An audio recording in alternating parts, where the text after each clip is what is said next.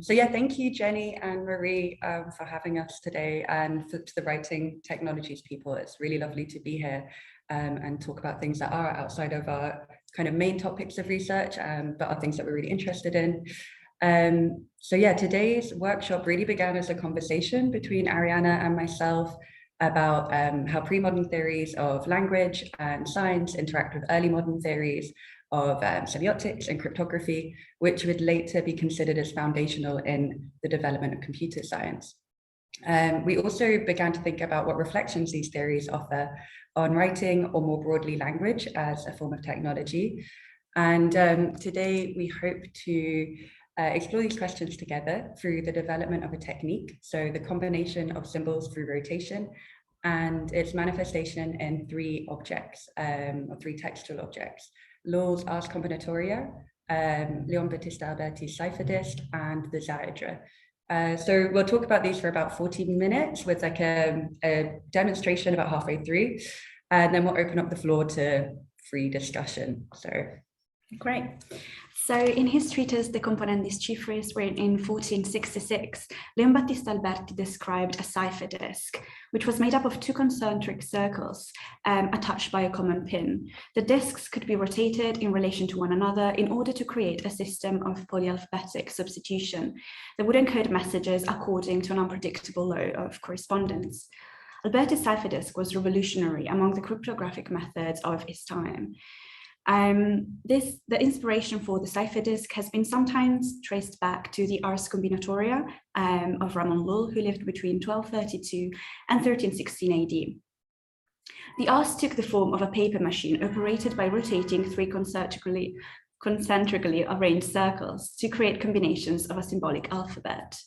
Llull claimed that this combination would show all possible solutions to questions concerning any discipline, from astrology to law or medicine. Llull's Ars Combinatoria not only served as a source of inspiration for Leibniz's 1666 dissertation on the combinatorial art, but also piqued the interest of Pico della Mirandola, Giordano Bruno, and Agrippa from Nettesheim, among others. In tracing the potential sources of inspiration for Llull's arts, scholars have suggested the zā'irjah as a model for the Lullian device. The historian Ibn Khaldun, who lived between 1332 AD and 1406, described the zā'irjah as a diagrammatical representation of the universe, used as a divinatory device. Consisting of a series of concentric circles, often enclosed in a square and divided by 12 rays, the zā'irjah enables the diviner to derive answers to questions in rhymed verse.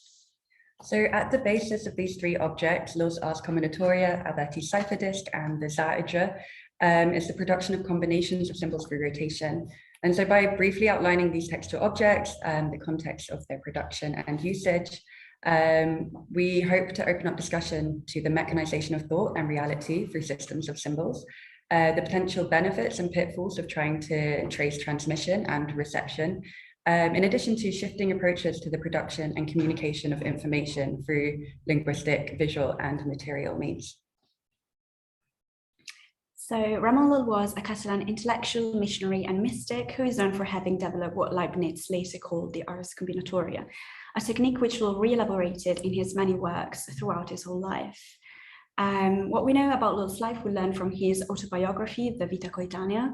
We know that he was born into a noble family in Mallorca, and whilst he got married and had a child, at the age of 30 he received a vision of the crucifix, which made him decide to dedicate his life to the service of Christ. In particular, one way in which he intended to dedicate his life to the Christian cause was to convert the non-believers, and he aimed to do so by writing a book, the best in the world, against the errors of the unbelievers. And in this miniature, we can see him, he is the guy with the blue beard, trying to convert people, and as a result, getting stoned, beaten up, and put into jail. The book that he writes is the Ars Compendiosa Invenienti Veritatem, which he composed in 1274. In this book, he describes for the first time his combinatory art and shows how to use it in the disciplines of philosophy, theology, medicine, and jurisprudence. But since Llull had decided to dedicate his life to the Christian cause, the art is first of all a missionary tool. Disillusioned by the methods used by his contemporaries in the Disputationes to convert Jews and Muslims, he creates a new system in attempt to convert the pagans. Rather than basing his arguments on the Bible, the fathers of the church, or the works of his contemporary theologians, he drew from a set of premises that are shared by the three monotheistic religions, which include, for example, the existence of God and his attributes. The religious basis of the universal grammar utilized in the art was found by Llull in the meditative practices of Christian contemplatives. They address God in their prayers with what is known as the names of God, which Llull refers to as virtues or dignities. These names are the common language that the three religions share and from which the conversion can take place. However, the Ars Compendiosum Invenienti Veritatem is not the only text in which Llull elaborates his system. In fact, due to the cold reception of the Ars by Parisian students who found it too complicated to operate, Llull applied several changes to his doctrine, and he simplifies it significantly to make it more accessible. And the final form of his art is found in the Ars Brevis, which we'll be considering here. It is interesting to note that Llull calls this system an art, which in Latin is a synonym of the Greek techne. In this way, the art is a practical tool for producing and organizing thought.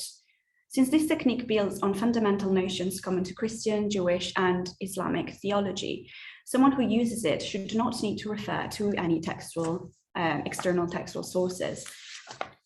The art uses a limited set of principles in order to investigate an unlimited set of topics, and thus can be considered compendious. It is also general, as it can be applied to any discipline or subject, in addition to being inventive, like Aristotelian dialectic, and demonstrative. The art is formed of 5 different components. The 3 foundational components are the terms, the figures, and the alphabet. The terms are basic concepts used in the art, such as the attributes of God, like goodness, greatness, and so on. And the figures are the graphic devices that show relationships between the terms. The alphabet is made up of letters assigned to the terms or to the figures. In contrast to logic, these letters are not used to refer to variables, but to refer to constants. Finally, 2 other components guarantee the functioning of the art. These are the conditions and the procedures for answering questions and supporting demonstrations. Of these 5 components, the figures have acquired the most popularity due to the originality of their form.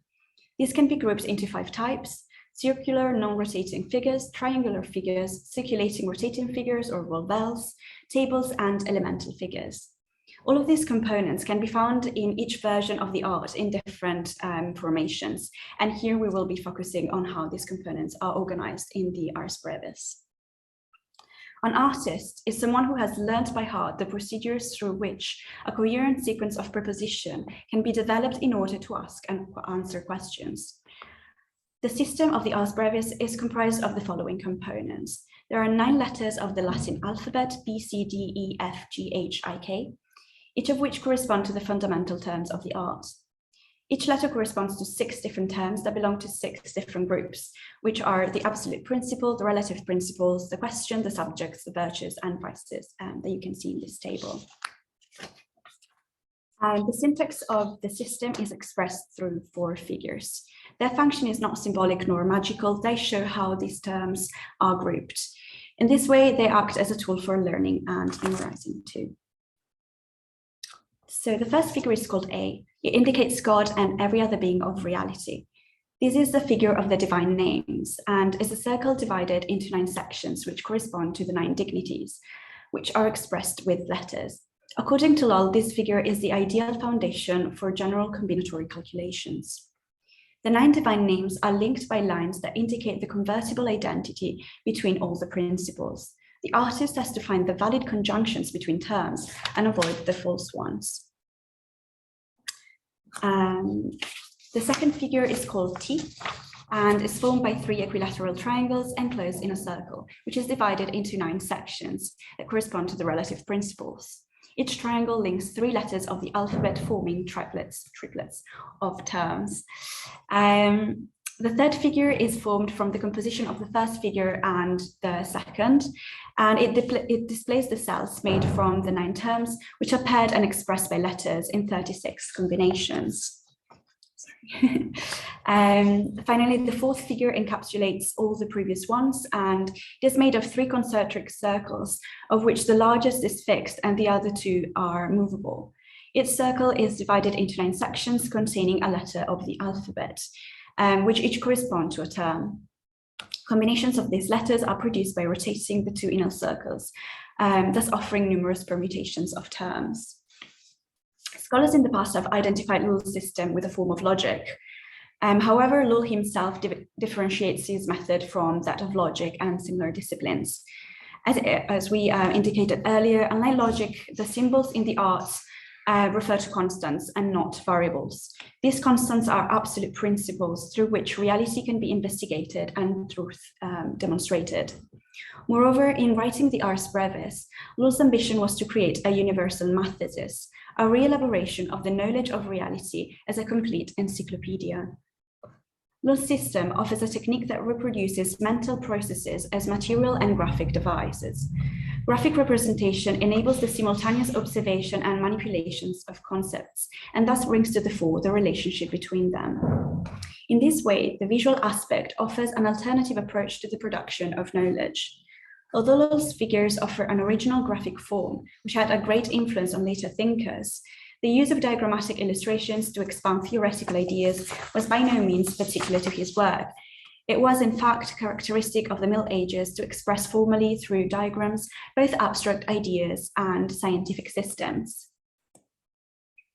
After Llull's death, his art was widely circulated in the 14th and 15th century, and with the introduction of printing in the 16th century, the diffusion of Llull's art and interest in it grew even more.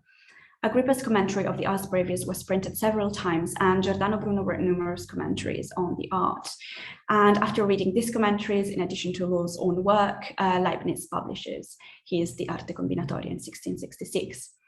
The art sparked the interest not only of the key scholars of the Renaissance, but also inspired other practices and techniques, including those developed with the pseudo-Lullian alchemical tradition.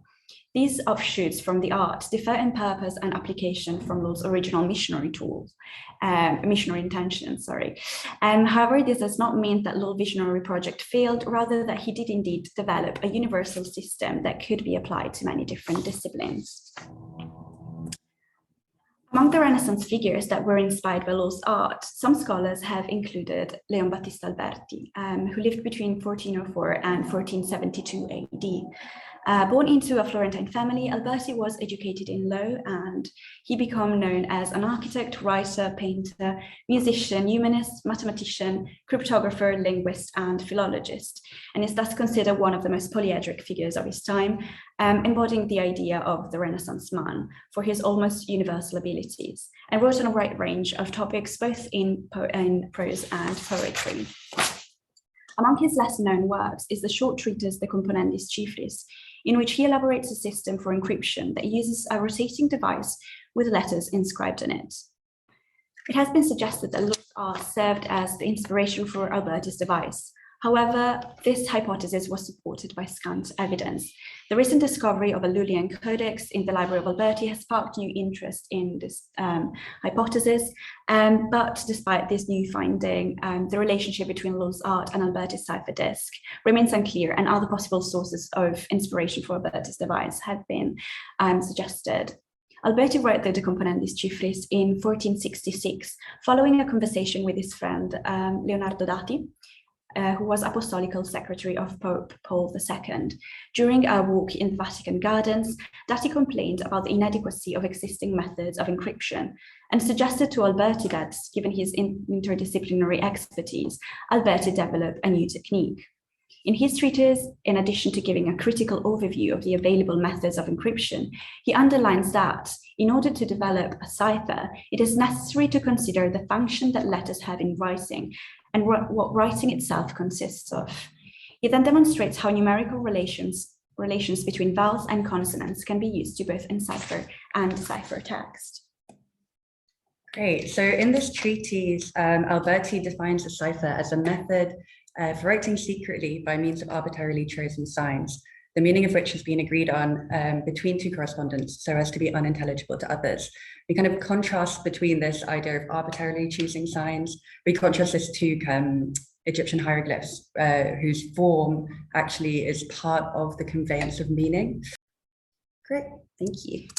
So you write down the reference letter as a capital B, and then you can write down the index letter K, and keeping your disk in the same position, you write down the lowercase letters which correspond to the uppercase letters of your plain text message that you want to encipher. So for example, the message salve would give BKQGZHP. And you should change your reference letter and index letter every 3 or 4 words. And then you can indicate the new reference letter by putting the capital letter, and then the following letter, which is in lowercase, is your index letter. And so to decipher a disk, to decipher a message, you do the same thing, just in reverse. So at the beginning of the message, you'll see here we have LX. So L is our reference letter and X is our index letter. And then you write down the corresponding uppercase letters. So for example, if we have LXLINSOS, you look up what N corresponds to. Oh, I just have to match it up properly. So we've got a capital letter, well, uppercase letter B. And so you can continue that until you've deciphered the message. I don't know if anyone had a chance to decipher the message. I know that Jenny made the model, but I guess you didn't have time to decipher the message beforehand. But we'll let you decipher that at home if you want to. And you can always email us, and also feel free to send us enciphered messages. We all share the same cipher disk. Yeah, so we've outlined the kind of most basic steps of how you would use a cipher disk to encipher or decipher a message, but Alberti does also offer some kind of different options. But really what is at the heart of his system is that it's a polyalphabetic system of encryption. So in other words, you change the key of encryption multiple times in the same message, following unpredictable laws of correspondence. And this offered the most kind of solid method of encryption at the time in Europe, and was the first model of polyalphabetic code in Europe. And Alberti describes it as the most occult and convenient method for writing, and we enjoyed this unusual pairing of occult and convenience. Yeah, I'll pass on to you. So the treatise ends with Alberti expressing the wish for it to not be circulated among the general public, but rather to reserve this technique for the use of statements and in important matters. This final request has been mostly honored. While the studies of the surviving manuscripts show that the componendis cyfris was circulated among secret service agencies in Rome, Florence, Venice, Paris, and London, there is scant evidence of the actual use of the text. It seems that the text remained unknown to cryptologists who independently recreated the system that Alberti had produced. And most scholars focused on other parts of Alberti's wide production, and thus his cipher disk did not achieve recognition until the 20th century. He has now been celebrated as the father of modern Western cryptography, despite the fact that the evolution of cryptographic techniques does not seem to have been affected by the de componendis cyfris in any major way. As we mentioned before, Alberti underlines the importance of considering the function that letters have in writing, in addition to what writing itself consists of. Underpinning this reflection is the question on how one navigates between form and content in the production of meaning. Alberti's cipher disk separates the form of the letters from their content in order to disguise meaning. This interest in the form and composition of letters could possibly be linked to Alberti's curiosity in typography, which was in its infancy in Europe at the time. Alberti drew not only on the form and content of letters, but also employed their correspondence with numbers. This alphanumerical approach is something that we will encounter in our next textual object, the zā'irjah. Yeah, so the zā'irjah or zā'irjah can refer both to a diagrammatic representation of the universe, in addition to the science underlying this representation. And the 9th century astrologer Abu Ma'shar uses the term zā'irjah just to refer to a horoscope, so a diagram that displays the positions of different celestial bodies at a given time. And Sahl ibn Bishr, another astrologer, also uses the term in the same way. But the zā'irjah is also described as a divinatory technique and textual object in other sources. For example, Ibn Khaldun's Muqaddimah, the introduction to history, and Suda Abuni's Shams al-Ma'arif al-Kubra, the the major son of knowledge, in addition to texts like Pseudo Ibn Arabi's Kitab Usul wa Akul, Usul al-Akul, the book of the foundations of intellect. But today we'll mainly be focusing on Ibn Khaldun's Muqaddimah and Pseudo al-Buni's Shams al-Ma'arif al-Kubra. So in his vast Muqaddimah, Ibn Khaldun, the 15th century historian, lays down some of the key principles that shape his historiographical approach. And among this, like where he talks about the kind of theory, his theorization of political power, in addition to his classification of sciences. And he really places importance on empirical observation. So it's important to remember that we're really considering the description of someone who's an observer rather than a practitioner of the zā'irjah. And he talks about the zā'irjah in two different parts of the Muqaddimah. So firstly, in his discussion of various types of human beings that have supernatural perception, and also later on in his classification of the sciences. He describes the zā'irjah as a technical principle for the discovery of the supernatural. And he ascribes its invention to al-Sabti, who potentially died in 1205 or 1298. But this kind of attribution is like the subject of a lot of discussion, as is the identity of al-Sabti. So as we can see, we've got a translation of a zā'irjah made by Franz Rosenthal, which is on the left.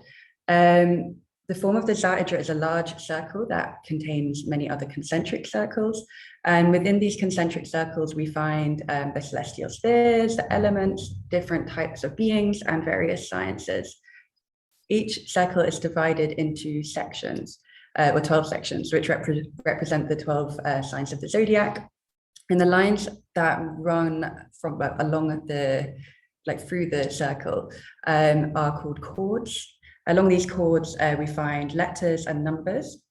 Some of these numbers are written as Zamam numerals, which were numerals used by government officials in the Maghreb at that time. Others are just kind of ordinary Arabic numerals.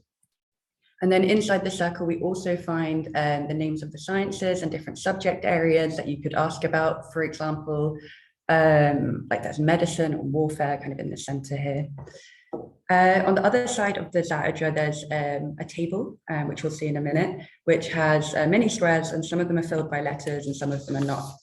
And the zā'irjah is usually surrounded by verses of poetry, and Ibn Khaldun really kind of underlines that some of these verses are very central to his methodology, or the methodology that he observed being used.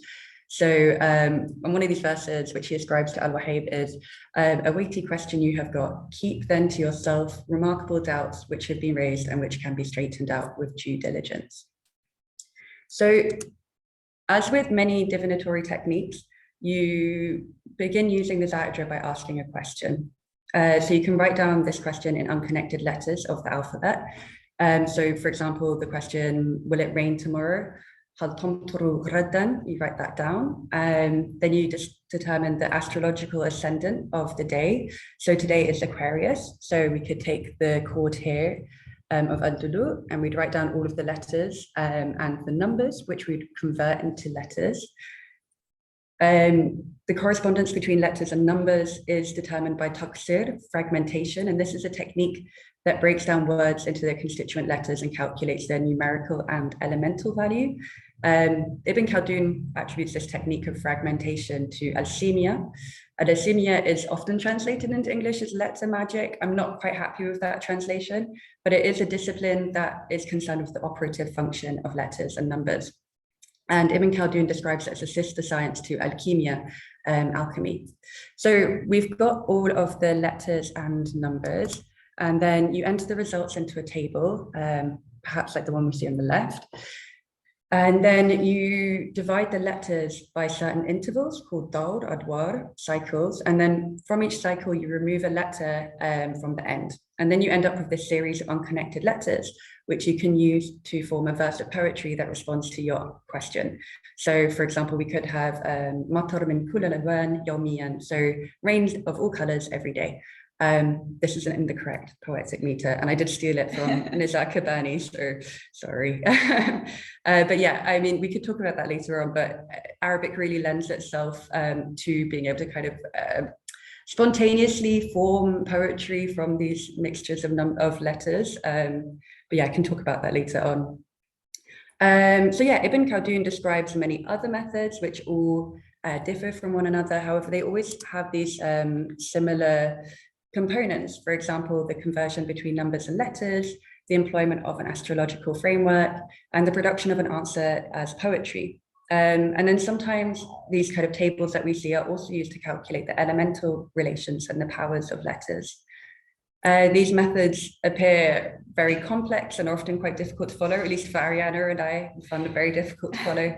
And as Ibn Khaldun points out, many an operation of numbers, which are the clearest things in the world, is difficult to grasp because the relationships are difficult to establish and intricate. And this is to a much greater degree here because the relations are so strange and intricate.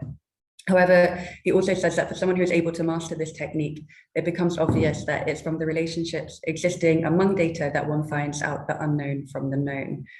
And interestingly, Ibn Khaldun also describes algebra earlier on in his classification of the sciences as a craft through which it is possible to discover the unknown from known data if there exists a relationship between them. So this emphasis on employing the relationship between symbols is something that we also find in on Shams al-Ma'arif al-Kubra, which is a grimoire. Sorry, I'm gonna have to do this. Okay, sorry, we're gonna have a quick, someone needs to move a trolley around in the room that we're in, so it's just gonna take 2 seconds. I'll carry on talking anyway. So this emphasis on employing the relationship between symbols is something that is also present in Shams al-Ma'arif al-Kubra, which is a grimoire attributed to al-Buni, who potentially died in 1225 or around 1232, and this date is a subject of discussion.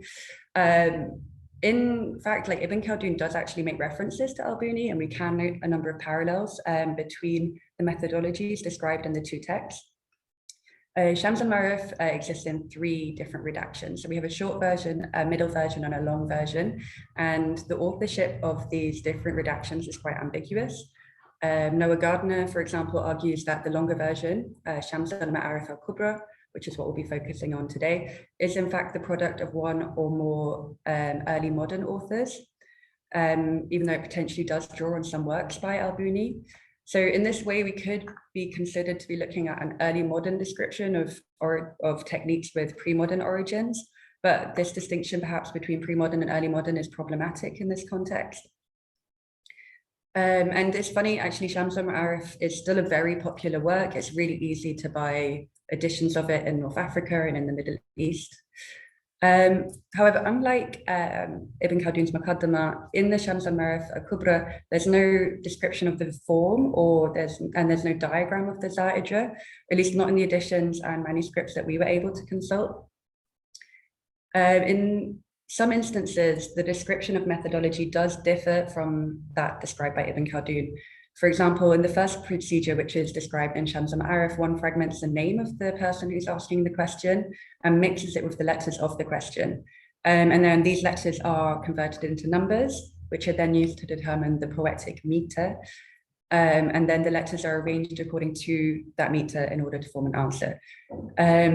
On a side note, the word for poetic meter, mizan, or plural mawazin, is also used to indicate scales, and that's quite an important concept in the alchemical texts of that period. And elsewhere in Shams al-Ma'arif al-Kubra, this word is used to refer to scales rather than poetic meter. So yeah, other methods described in the text also employ fragmentation and combination in order to derive answers. However, they might include the operation of magic squares, and we can see like a magic square on the right-hand side of the screen. This is an image of a manuscript of Shams al-Ma'arif al-Kubra, which is in the Bibliothèque Nationale. And yeah, there's some magic squares, which I can try to talk about later. I'm not very knowledgeable. I think there's some people in the audience who know more about magic squares than I do. And yeah, they might also, in the text, there's also the inclusion of other additional astrological components. So we won't just have the signs of the zodiac. There might also be the lunar mansions and something similar being used in the kind of methodology. Yeah, so Let's see. Yeah, in this way, we could consider the zā'irjah to employ correspondences not only between letters and numbers, but also between letters and elements, in addition to celestial bodies. And this this emphasis is the emphasis is not placed on separating the form of the letter from its content, but rather attributing additional content to a form. So in other words, the same set of letters takes on new levels of signification. And this signification doesn't just have like a semantic value, but it also connects the letters to concrete aspects of reality. And this enables them to have an operative function. The zā'irjah also produces information as verse, not just as a combination of symbols. And so in this way, it still adheres to the linguistic norms and stylistic modes of classical Arabic literary culture. Like in the Llull's art, the graphic aspect of the zā'irjah situates the user within a cosmological framework. And rather than following the traditional orientation of writing from top to bottom, the text included in the zā'irjah is organized along the radial lines of the diagram, or kind of along the circular lines. So in this way, although the device doesn't actually have moving parts, rotation is an inherent feature. The user needs to turn the page around or to move around the page themselves in order to read each section. And rotation is also implied by the cyclical disposition of the signs of the zodiac and the celestial bodies. But yeah, also unlike Llull's art, the zā'irjah, like most divinatory practices, is a tool for the investigation of the everyday. So, for example, in Shams al-Ma'rifah Kubra, it's mentioned that seekers might just ask about love problems or health matters, not just kind of more weighty questions. So these comparisons between Llull's work and specific texts, or in this case, specific textual objects belonging to the Islamic intellectual tradition, have scant evidence to back up a direct link. Although a number of parallels strongly suggest the possibility of an influence, this question is open to discussion. And another comparison that has been drawn is between Llull's art and certain elements of the Jewish Kabbalistic tradition. Giovanni Pico della Mirandola saw an affinity between the Ars and a form of Kabbalah that was chiefly concerned with the combination of letters of the alphabet that represented the names of God, in addition to their use in achieving ecstatic experiences. Both practices are referred to by Pico as revoluzione alfabetaria, but whilst the art is a method through which one may obtain knowledge or wisdom, ecstatic Kabbalah focuses on reaching a state of prophecy or of mystical union. Llull was in contact with many important Jewish figures living in Barcelona at the time, including the Kabbalist Rabbi Solomon ibn Adret. It is likely, but not proved beyond doubt, that Llull was influenced by the Jewish intellectual tradition in his formulation of the Ars. However, another perspective is possible, that is to say, Llull's art may have itself influenced Kabbalistic currents in the second half of the 13th century. And so these three textual objects, Llull's Ars Combinatoria, Alberti's cipher disk, and the zā'irjah, all bring together different graphic, material, and linguistic aspects. From the graphic perspective, their diagrammatic nature enables the user to observe symbols simultaneously and thus infer relationships between them. Whilst in Alberti's cipher disk, the emphasis is placed on the relationship between form and content, which is internal to the symbols. In Llull's art and the zā'irjah, could we perhaps consider the external relationships between symbols to be brought to the fore? The material aspect of these textual objects permits these different relationships to be manipulated through rotation. It's through the circular movement, which is both an implicit and an explicit feature, that the creative function of these objects is realized. And perhaps we could consider the creative process of the cipher disk to be grounded in a semantic approach to language. So in other words, an approach that centers the form of writing as a vehicle for content or meaning. Whereas Llull's art and zā'irjah draw not only on the signification of symbols, but their correspondence to concrete aspects of reality, which confers upon these techniques an operative aspect. Llull's art as a tool of conversion and the zā'irjah as a form of divination both seek to reveal information. Inasmuch as Llull's art employs a symbolic alphabet in order to subvert the ambiguity of language and thus produce a universal system to communicate and produce information, can we contrast it to Alberti's cipher disk as a means of fabricating ambiguity in order to conceal information and thus render it private? So scholars have often heralded these tactile objects as precursor of techniques found in modern informatics science. As we have seen in this presentation, although tempting, it is difficult to draw direct lines of transmission between these objects, their creators, and later innovations. Nevertheless, examining these three tactile objects together offers interesting reflections on shifting approaches to visuality, materiality, and language in the production and communication of information. And as we have seen, these processes are entrusted to machines whose mechanisms could be considered to a certain extent self-sufficient systems, in as far as they operate according to internal principles. However, at the heart of such operations is the externalization of thoughts, and it's being processed through manipulations which bring together the human hand and the machine. Thank you. Yeah, thank you. I'll stop sharing.